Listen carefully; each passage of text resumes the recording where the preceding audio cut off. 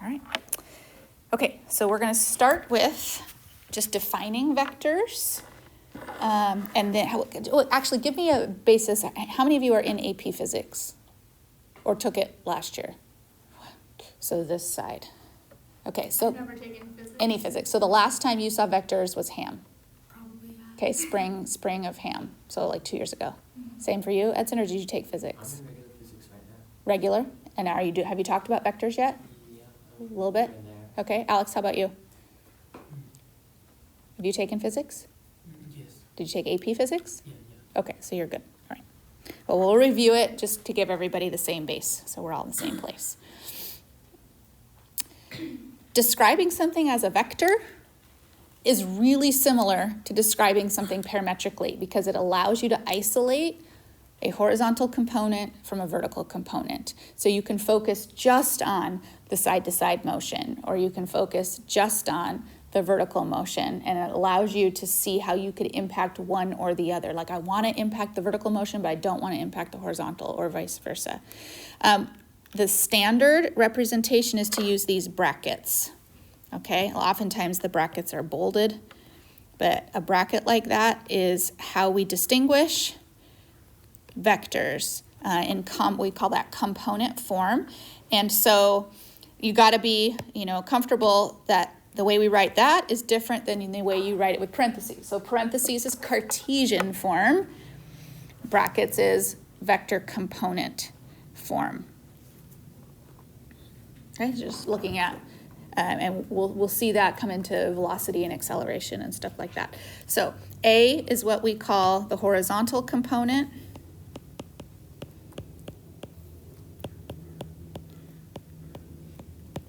And then B is the vertical component, or the Y.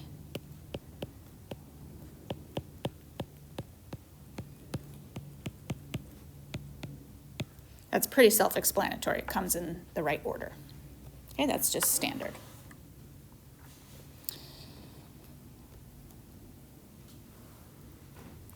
Okay, the next vocab thing you need to know is the idea of something called a magnitude. Okay, the magnitude of the vector. Some books will write it with a single bar instead of the double bar. They'll write it like that, some textbooks.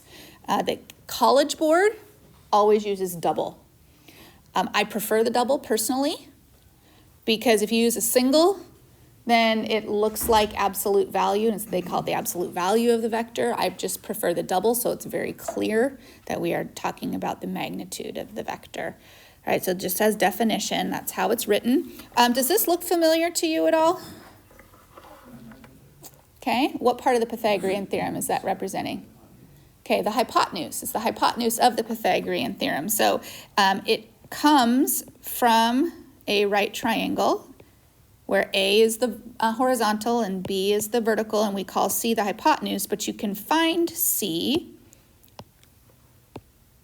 as the square root of A squared plus B squared. So the magnitude represents the hypotenuse of the right triangle formed by the individual components. So that's another way to think of it. Okay, the square root of the square of the component vectors. Okay, just by definition. Okay, the direction.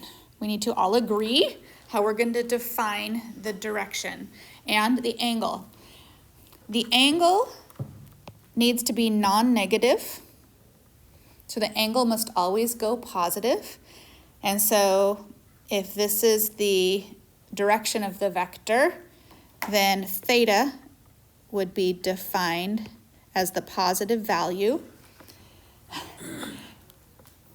Parametric mode is always done in radians, but vectors are always done in degrees, which is why if you're in a physics class, I'm like, hey, if you're in AP Physics, you're probably in degree mode. It's probably because you're using vectors. So for this lesson, your calculator needs to all be in degree mode. So go ahead and grab your calculator right now and just switch it to degree mode so that we're all in the same thing when you're dealing with vectors. So vectors are measured in degrees.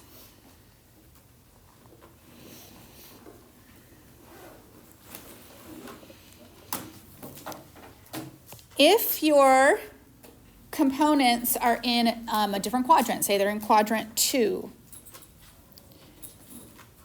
okay, we call that the vector then. That would go from the origin over. But if we're measuring that, it has to be a positive angle. And so in order to get there, you're going to go through quadrant 1 into quadrant 2, and that would be your theta. Okay, it's not this one. Even though that is a shorter value, that is a negative angle, the way we measure vectors, and so it has to be the positive one. Just like when we were talking about, like radian measure on a unit circle, you always measure in a positive direction. Okay, that's standard. Any questions on that? That's kind of an intro. Okay. So find the component form of a vector that has magnitude 3 and theta to be 40 degrees. So if we know that the magnitude is the same as the hypotenuse, we should be able to sort of decode how this is by creating and visualizing a right triangle. So go ahead and give yourself the first quadrant of a right triangle and estimate approximately about 40 degrees. And so if we know that the directional angle is 40 degrees and we know that the hypotenuse has to be 3, we should be able to find the components in both the values of A and B based on that this has guaranteed to be a right triangle. So we can just do a little trig. So we're going to rely on our SOHCAHTOA trig. Okay, so what SOHCAHTOA would be best for the A component? Y cosine. Okay, A is adjacent. So we're going to use the cosine of 40 degrees would be equal to A over 3. In other words, A by itself is 3 cos 40. And that is the horizontal component. The B component, the vertical component, we'll use sine.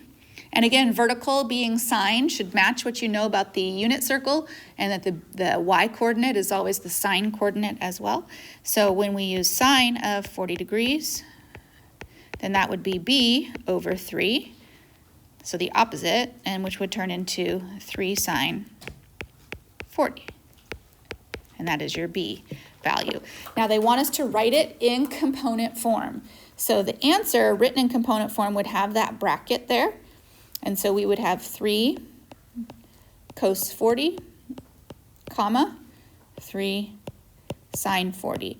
Don't bother putting it into decimal value unless they specifically are asking you to do it. It's cleaner to just leave it in its degree form rather than rounding the decimal. But that would be the component form, yeah. Just to clarify, like if we are putting it in the calculator Mhm. to get decimal form, do we have to still put like the degree symbol, or we don't? If you're in degree mode, you don't have to put the degree symbol. Okay. But if you were in radian mode and you did put the degree symbol, it would temporarily put your calculator into degree mode for that one problem. So that's, some people like to just leave it in radian mode and then just put the degree symbol on to override that, or you can just switch it entirely to degree mode. But like for multiple choice, this is where they get people, where people aren't using the right mode. They can do everything right and be in the wrong mode. So this is generic. This can apply to anything. If you know the magnitude and you have the directional angle, you can find any component. So that should be the next slide, that the general component form for vectors. For any vector, if you know the magnitude of the vector, you can multiply it by the cosine of theta to have your component form for A. Actually, I shouldn't put brackets around it because it's... And if you know the magnitude vector, you can multiply it by the sine of theta for B. So that works for any vector if you know those two things. But can you, if you don't know those two, can you work backwards? What if you know the components? Can you figure out the degrees and the magnitude? So let's try one of those. Okay, so now this is a reverse question. Find the magnitude and the directional angle if you know the values of the component vector instead. Now, what quadrant is this component vector in? Why is it in quadrant 2? Because there's a negative x value and a positive 1. Okay, so we're going to put this into quadrant 2. So -1 and positive square root of 3, so approximately right there. So I have -1 as my horizontal component, and then I have positive rad 3 as my vertical component, and this is a right triangle, and we should be able to find both the theta, and we should be able to find the magnitude vector. So the definition of magnitude is very similar to the quadratic formula. So my magnitude will be the magnitude of the vector is the square root of -1 quantity squared plus rad 3 quantity squared. So the square root of 1 plus 3, and the square root of 1 plus 3 is 4. So my magnitude is 2. The directional angle, I kind of have my choices of how I want to set that up now that I know that I could use sine, or I could use cosine, or I could use tangent. I could use any of the ones that you want. So I might use cosine. Cosine of theta is adjacent over hypotenuse, so -1 over 2.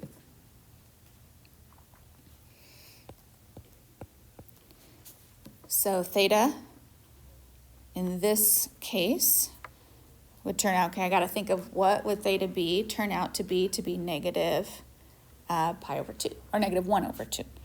Okay, where does that happen?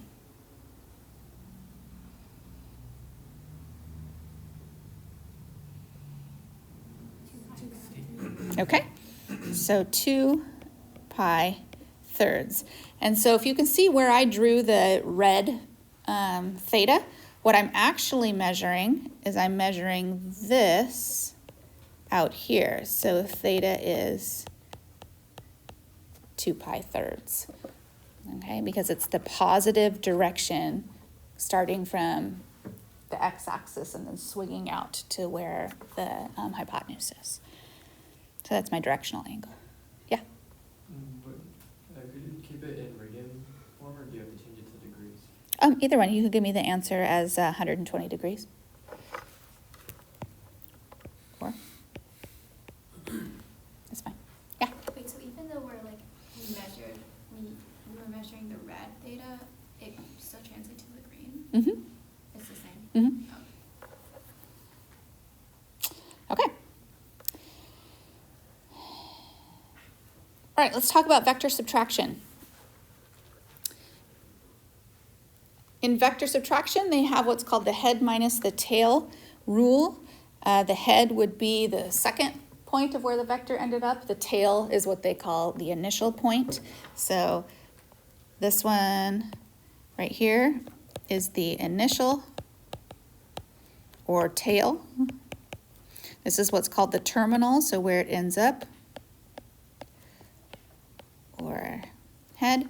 And so if we want to do vector subtraction, then we're going to just subtract the head minus the tail. This is really easy.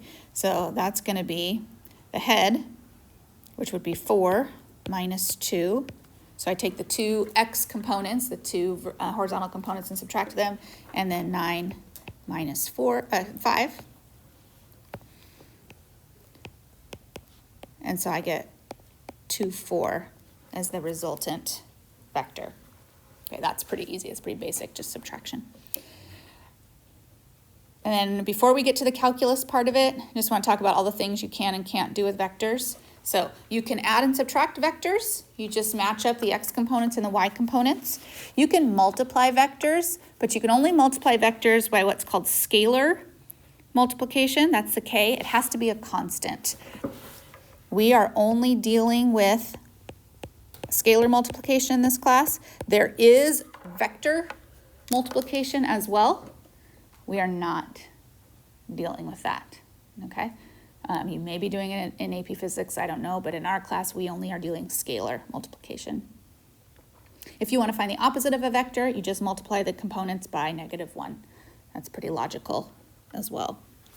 Okay, adding is legal, subtracting is legal, multiplying is legal as long as you multiply by a constant. Do you think division is legal? As long as you're dividing by a constant, because isn't division just the same as multiplying by the reciprocal? So yes, division is legal as well because it's just multiplying by the reciprocal as long as it's a constant. All right, so if we quickly do these, if you're taking 2u plus 3v, 2 is a scalar multiplication, so that means you need to take what's in u and multiply both components by 2, so that's going to give me -2, 4.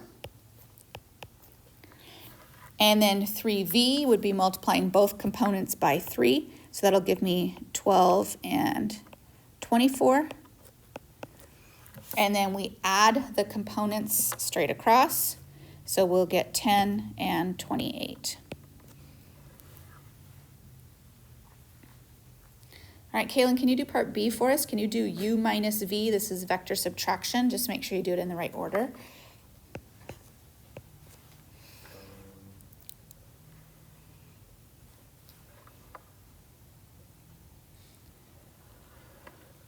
So if we're going to do u minus v and we're going to do the components, let's look at the first components. Which one? What minus what? It would be 4 plus 1 and then 8. Okay, you got to do u first. It's u Oh. minus v, not v minus u. So -1 minus 4. And Okay, so -1 minus 4 and, 2 minus 8. okay, so yeah, watch the order. This is not head minus tail. This is u minus v. Okay, and the result there would be -5 and -6. All right, in part C, we have two things going on. We have division by 2 and we have magnitude. You need to make sure that you do what's the inside first.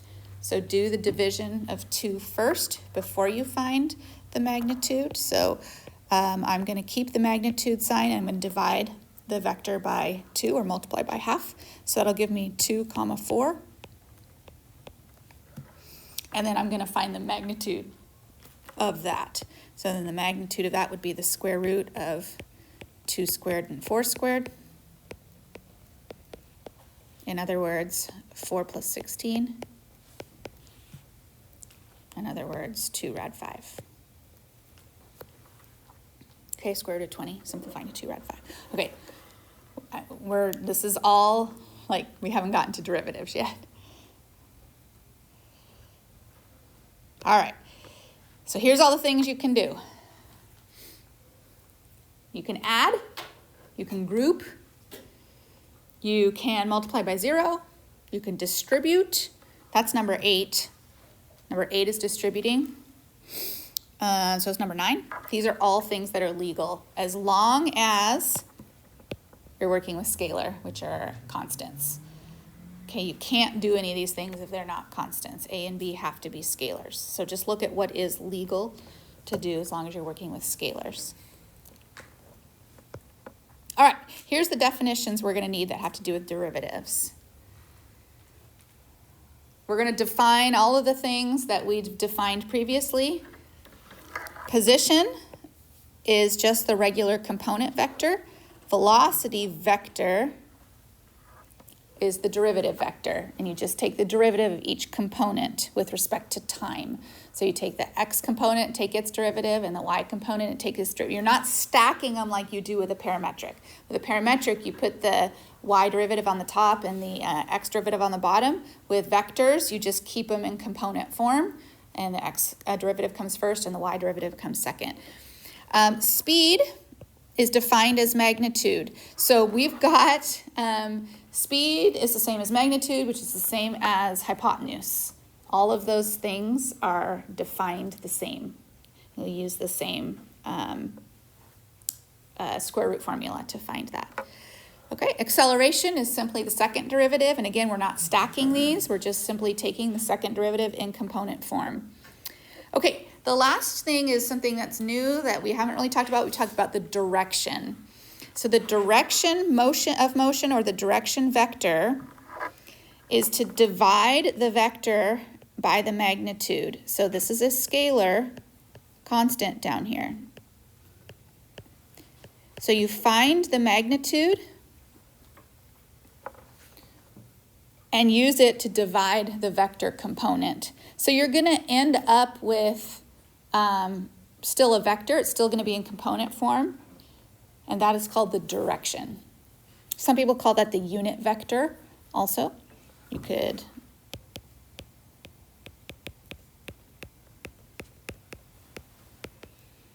it's like if you took this vector for one parcel of time, that's the direction you're headed, and you will continue to head in that same direction, and you're never going to change your direction. Vectors don't change their direction. Okay, so sometimes they call it that. Okay, let's actually do a problem.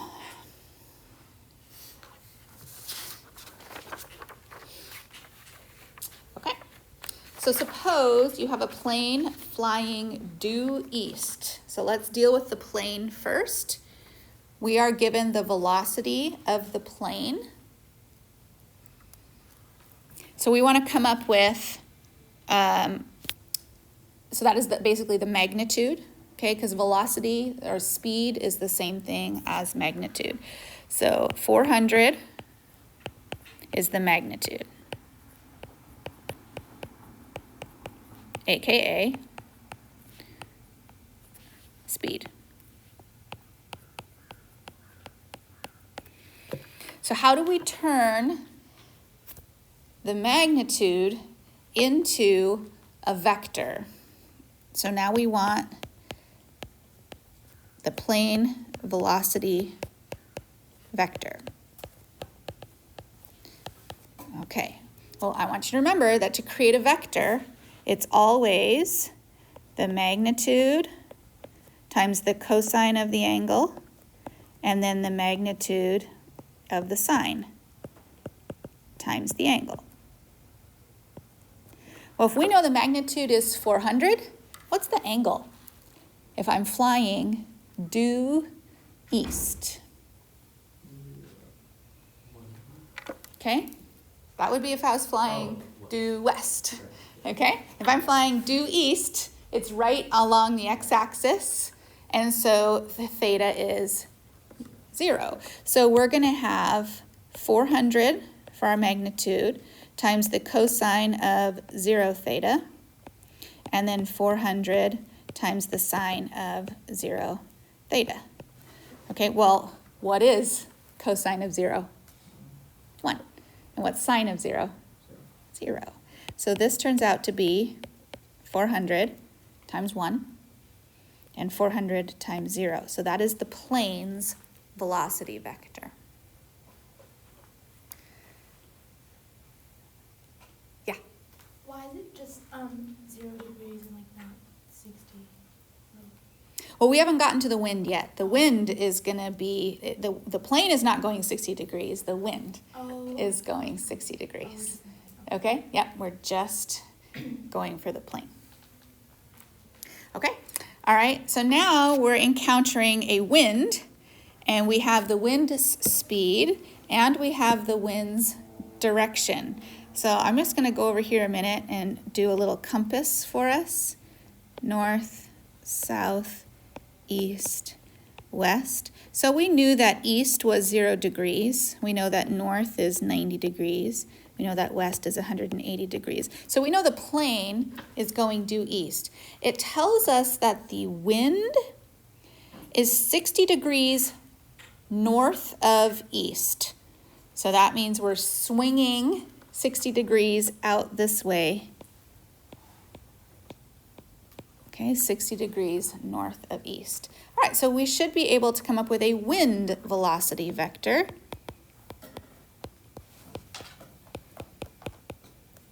And we take the speed of the wind, which is 50, and then cosine 60 degrees for the wind, and then 50 sine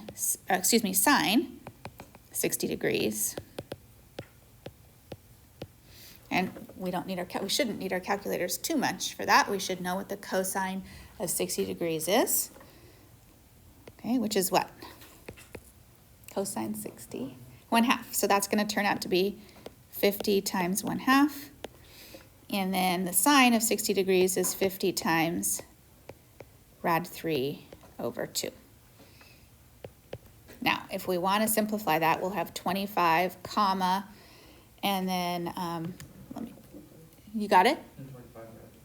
25 rad 3, yeah, whatever 25 times rad 3 is, 43.301.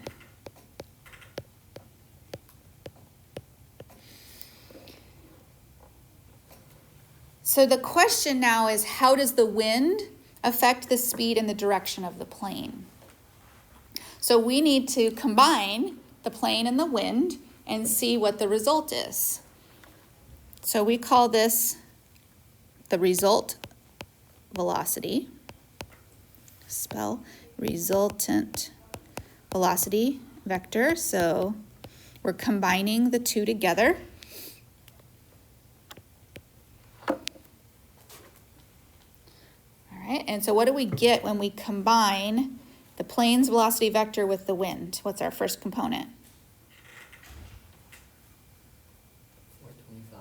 Good, 425, which means we're adding the 400 for the plane and the 25 for the wind. Okay. And then when we add the y components, we have 43.301. That doesn't answer the question though. The question is, what's the new speed of the plane? Okay, so what do you expect the wind to do to the speed of this plane? Do you expect the wind to speed the plane up, or do you expect the wind to slow the plane down? Speed up. Why? Because it has components in like the same direction. They both at least contain some eastward direction. Okay, so since they both contain some kind of eastward, it will speed it up. It would speed it up more if the wind was also due east. If the wind was due east and the plane was due east, that would really be a nice tailwind for the plane. But here the wind is still at a slightly easterly direction, but we want to figure out what it's going to do. So we're going to find the resultant speed.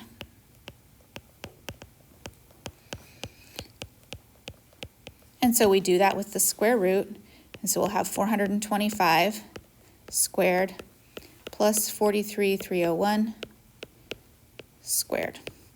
I wrote this down. It's 427. Shoot, it got cut off. 427 something. Let me see if I can do that. Sometimes you guys are faster on your calculators than me. 425 squared plus 5.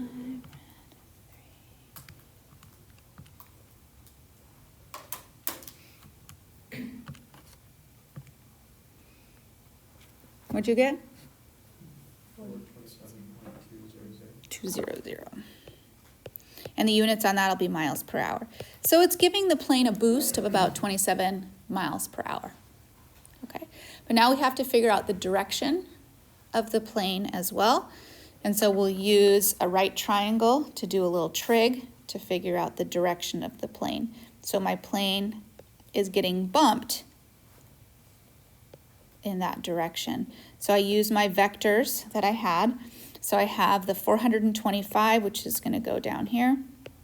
I have the 43,301. And I'll need to find the direction. And so what would be the easiest trig to do for that one?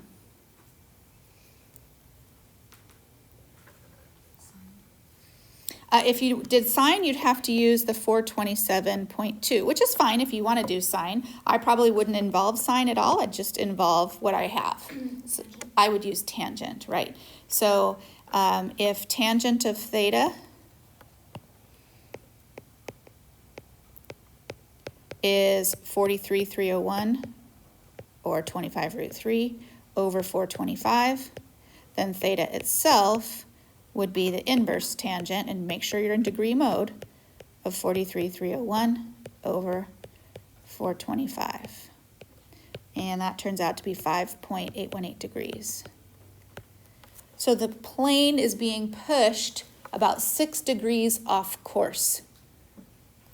So the pilot will have to course correct, because if it stays on that direction, it's going to end up off its target and it won't arrive at the airport it needs to arrive. So the pilot will need to adjust for the wind and probably not head due east anymore. Okay, instead, the pilot will need to adjust by 6 degrees. So it's going to go 6 degrees basically, or 5.818 south. It's going to have to turn the nose of the plane south just a little bit so that the wind would blow it back in an easterly direction.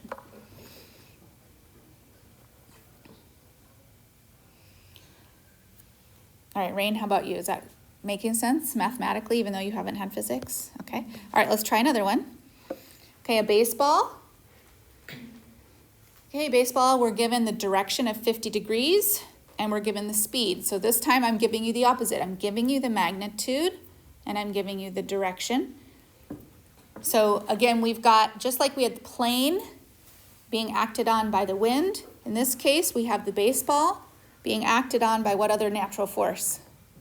Gravity. All right, so we need to come up with our two separate velocity component vectors. So let's do them separately. We're going to do the baseball velocity vector. We also are going to want to do gravity velocity vector. Just like we did the plane and the wind, we're going to do two separate ones and then we're going to combine them.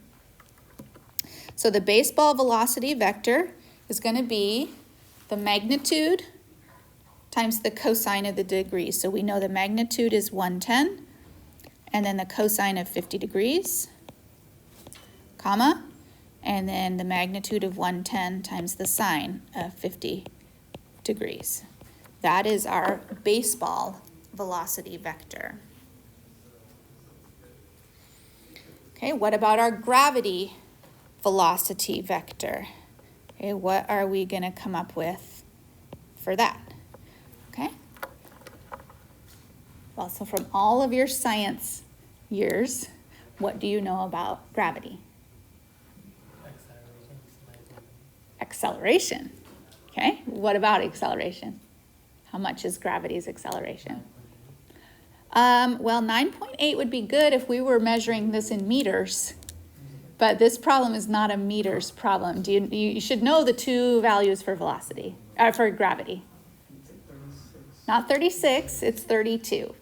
Okay, so that's something that they're going to expect that you know, that gravity's acceleration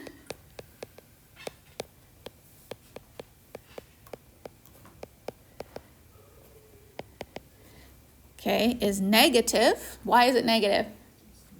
Pulling things down.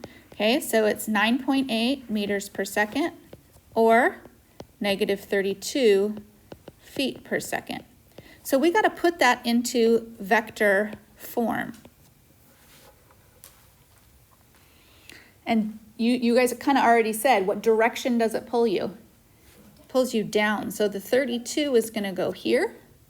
Does gravity make you go sideways at all? So what do you put in the x position? 0. Now that is the acceleration value. So how do we go from acceleration to velocity?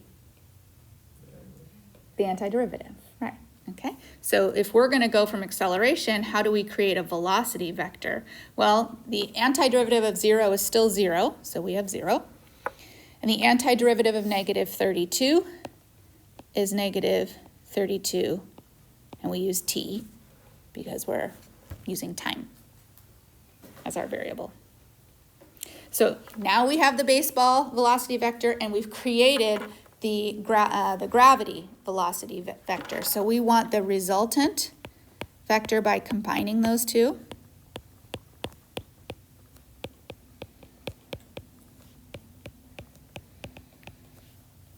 And so we just add up the x components and we add up the y component. So for time, did I write down what these numbers are? I did not. Okay. All right, so we would, in our, let's see, 110 cosine of 50, make sure I'm in degree mode. Juliet, can you do the y component while I do the x component? Okay. Okay, I get 70.707. Okay, and what did you get? For just 110 sine 50, I got 84.26. Okay, so 84, that's okay, 0.26 minus Minus 32t.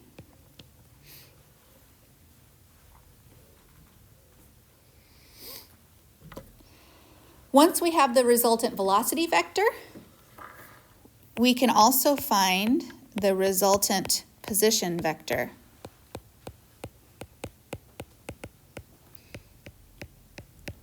And we're going to do antiderivatives again. So my resultant position vector will be the antiderivative, so 70.707t, comma, and then the resultant position vector from this is going to be 84.26t minus, and then what do I do with that second part? 16t squared. And that's my resultant position vector. Okay, any questions on that? Just doing it. And we're conveniently not doing plus c. Okay? Because their time was 0. The initial velocity was 0. Everything's 0. Okay, so let's finish it. This is continued, same problem. So now, what if somebody tries to catch the ball? Okay, so a defensive outfielder wants to go catch the ball 8 feet off the ground. So that is relating to position. So when does this happen? You don't think they could do 8 feet? I could go 8 feet. I can reach to 7 feet. I should be able to, a guy should be able to jump and get to 8 feet, leaping, making a beautiful catch on the outfield. Mookie Betts could do it for sure. All right. Okay. So this is talking about position, but what component of the position is 8? The y, because he's leaping to catch it off the ground. So we're going to set the y component equal to 8. So we take our y component, which was, 80, what'd you tell me? 84. Oh, 84.26. 0.26t minus 16t squared, and we set that equal to 8.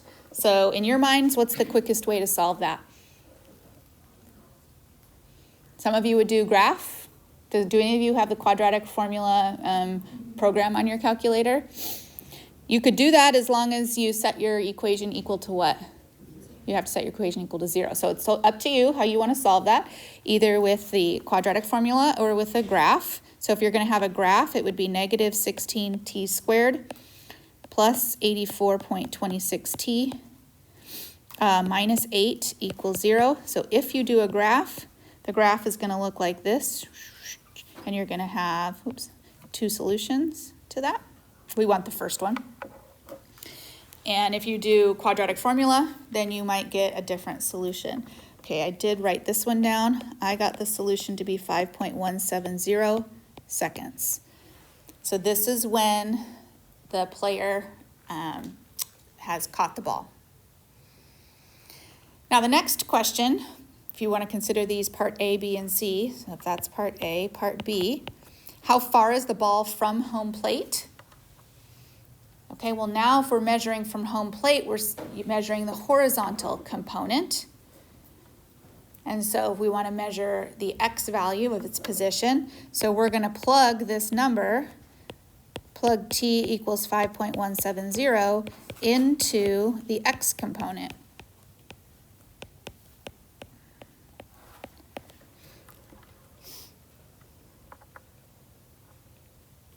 And so that would be 110,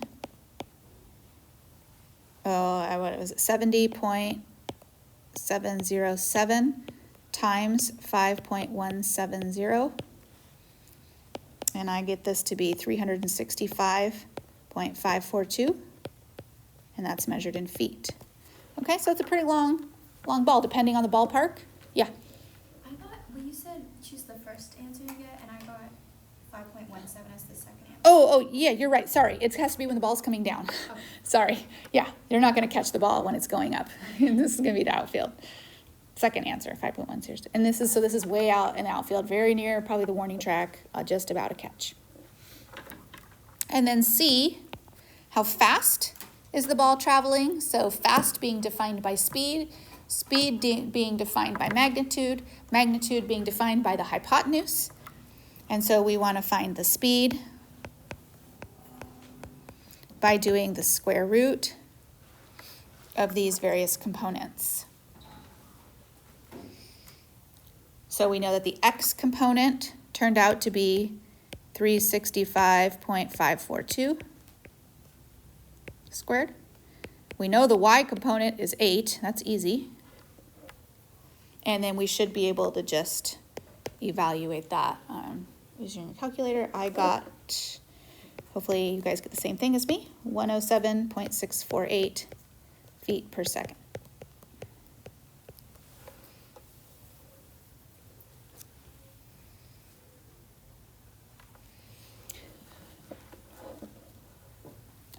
Okay, and then from your science classes, I'm pretty sure your teachers have worked you through, like, what if you have to convert that to miles per hour?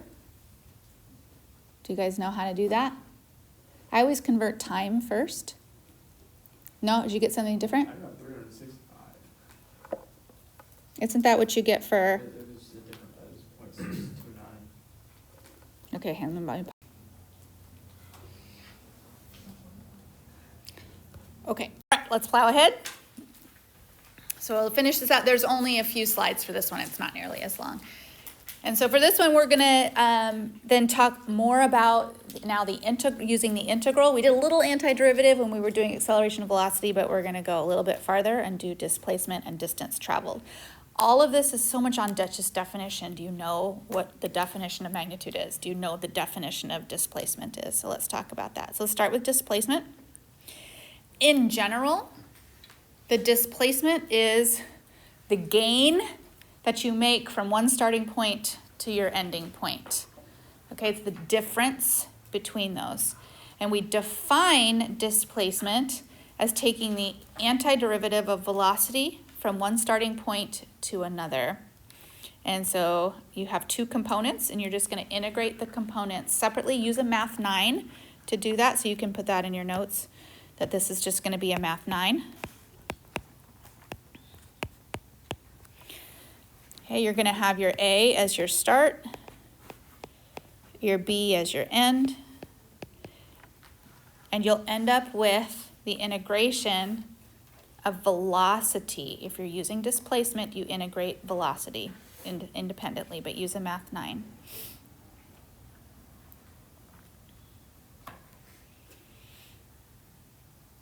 Okay, now if you want to find the position vector, you define it this way.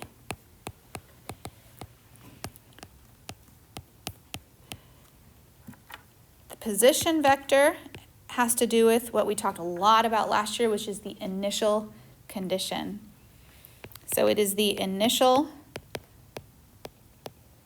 horizontal condition plus displacement. And then the second part of that would be the initial vertical condition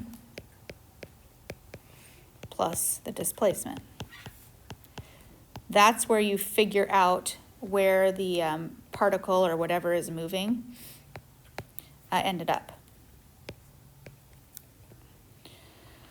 So the most common mistake on that is to forget to add the initial condition. This is like the plus C part of it. What is the initial condition? But there's different plus C's.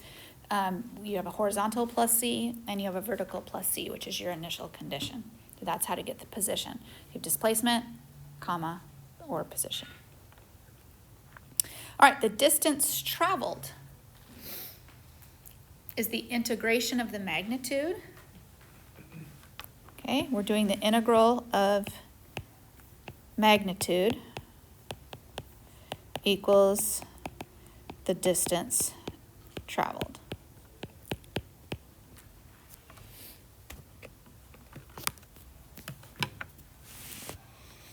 But make sure you're using, in both these cases, the velocity vector. If you use the position vector, you're going to get something different. Okay, so let's try this. So here's a particle. It's moving according to this velocity. Let's figure out what this particle actually looks like. So we need to come up with the path of the particle. In other words, its position. Okay? So path, aka position. So we just got done defining the position. The position is the initial condition, which for horizontal, where is it starting at? At 1. And then we want to add the displacement, and the displacement by definition is the integral of the equation t minus 3 pi cos pi t dt.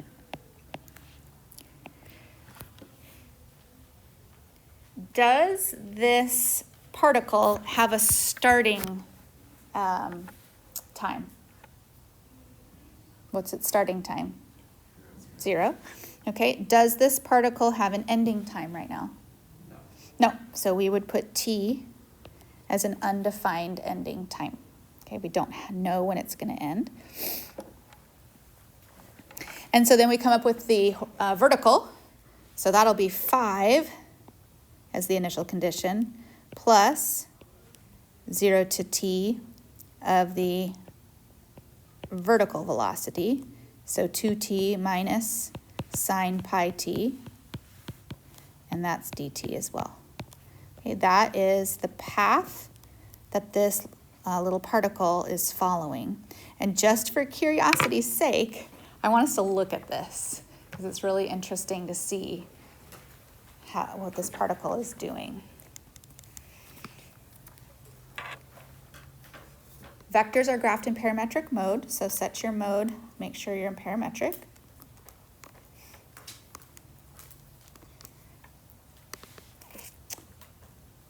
For the y component, you'll do 1 plus a math 9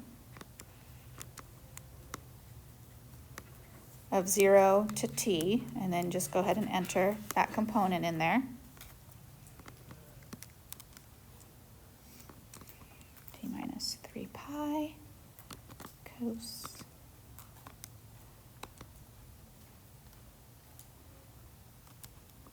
dt.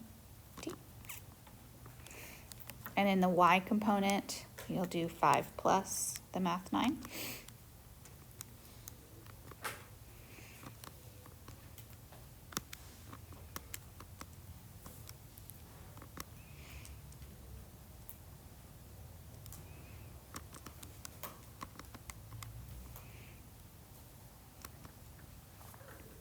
And then before you press graph, I did experiment and I found a good window for us. So before you hit graph, let's use the same window.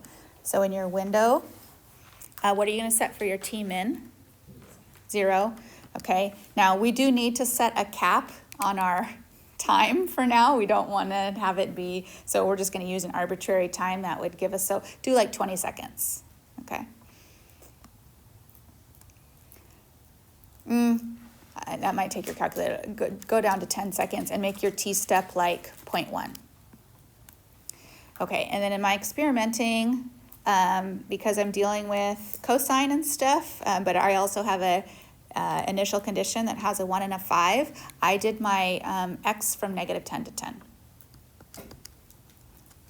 And the y, I needed a little higher than that. The y component got a little bit higher, so go up to 20 on your y component. Negative 10 is still fine. And then hit graph and take a look at watching it create what this particle is doing.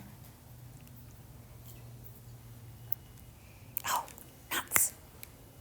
I'm still in degree mode. Are you still in degree mode? Yeah, I think so. Shoot. I was like, it's not Yep. that impressive. Nope. It's like- All right. Quit. I was like, what is this? Mode. Back to radian because we're in pi. All right.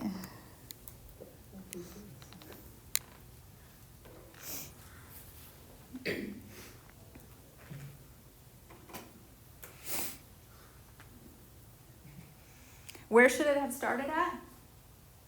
1.5. Did yours start at 1.5? Yeah. Like as you were watching it? Mine's just really slow. Stuff? It's somewhere. But it's It's off the screen. Oh, you did your time max as 1 Oh. instead of 10, so it only did 1 second worth.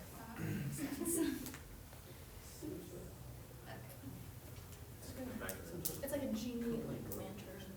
Yeah. It's coming around. Yeah. Did yours? It's Uh-huh.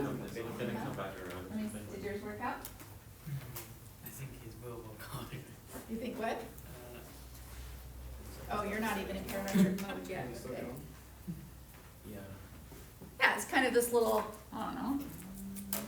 But it's not predictable. It's not what you would think. But you can trace that. Okay. How do we determine the exact position at time 4? Plug in for Okay, you can plug in for which t? The integral.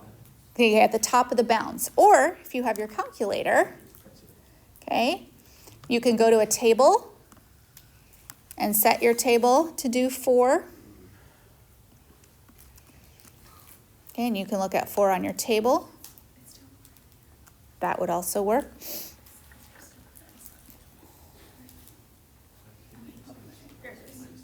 Mine's thinking. Yeah, I did a quit. I did an override to make it stop. Okay. So we Yeah. always use, like the velocity vectors when it comes to this, like we never use like position vector, we always use. Yeah, position vector is going to mean something else. If we integrate position, then we're going to be, it's not applying to this. If we're talking about position itself, we don't want to integrate the position because that takes us away from position to some other dimension. We want to go, the only way to get to position is to integrate velocity. Okay? And then same thing with the previous lesson, keep it velocity Mm-hmm, vector for mm-hmm, speed. mm-hmm, mm-hmm. All right, let me see. Do you guys get it? I'm gonna use my vars. This table is Did you guys, you can, I got 9 9, 21. and 21. Yep. yeah. Oh. That's what it is. I went to a clear screen on my calculator and I hit vars. And then I went to the y vars and I picked parametric. And I picked x1. And then I just put parentheses 4, which plugs in 4 into x1. That gave me 9 right away. And then I did the same thing for the y component.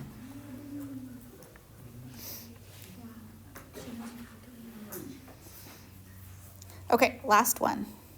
What is the total distance traveled? Okay, all right. So total distance. Okay, so we got to figure out how do we set that up? Like how do we, okay, this is like doing the length of a curve. Okay? And so the total distance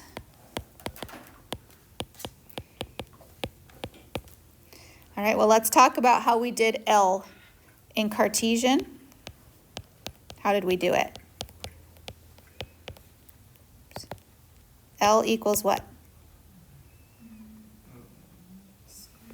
The integral from a to b of the square root of, it was 1 plus dy dx squared.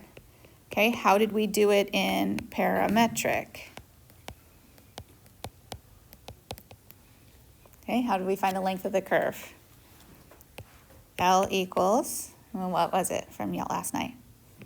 A to B, the integral of dx dt squared plus dy dt squared, and then dt.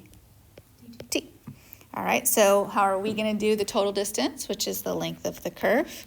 We're going to do the integral from a to b of the square root of the vector.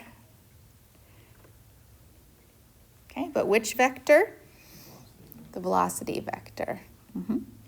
So we want to take the x prime,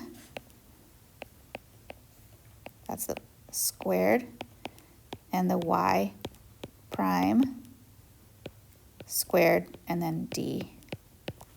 And this is going to go, if we want the total distance, from 0 to 4. So use a Math 9 to set that up, because you already have those values in your equation, in your y1. So you can use your vars to key that in. So I would do a Math 9 from 0 to 4, and I would pull my vars, since I already have them. I took the time to type them in because they were kind of complicated. If you want to retype it, you can, but I would pull it from my vars keys and make sure that you square them. And that's our